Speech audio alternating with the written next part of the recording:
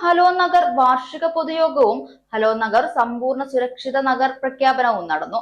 മന്ത്രി രാമചന്ദ്രൻ കടന്നപ്പള്ളി ഉദ്ഘാടനം ചെയ്തു.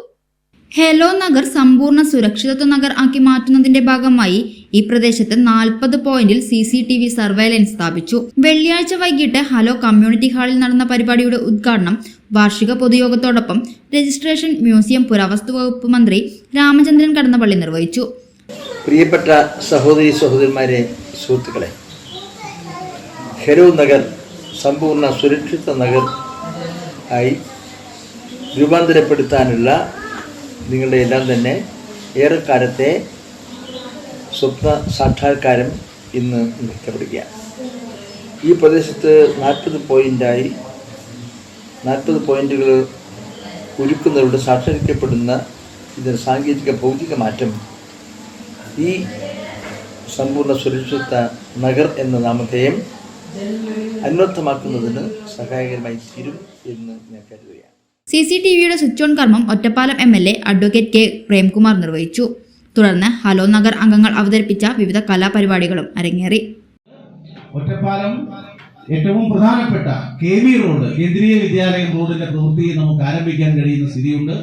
ഭിന്നശേഷിയുള്ള കുട്ടികൾ നമ്മുടെ നാട്ടിലൊക്കെ ഉണ്ട്. ഒരു 2-3 മിനിറ്റ് സമയത്തിനുള്ളിൽ ഞാൻ എന്റെ പ്രസംഗം അവസാനിപ്പിച്ചോളാം.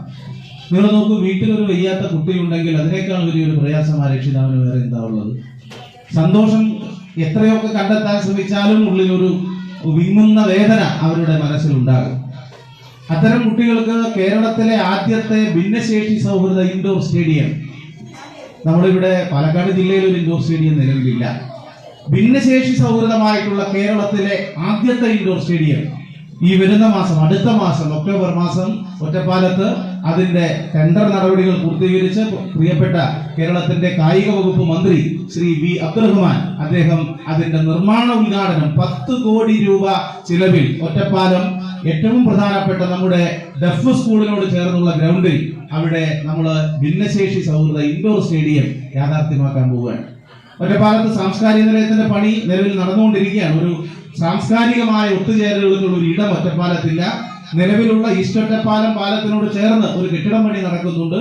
5,35,00,000 രൂപ ചെലവിൽ നടക്കുന്ന പ്രവൃത്തി അത് നമ്മുടെ നാടിന്റെ സാംസ്കാരിക നിലയത്തിന്റെ പ്രവൃത്തിയാണ് എന്നത് കൂടി ഈ സന്ദർഭത്തിൽ സൂചിപ്പിക്കുകയാണ്.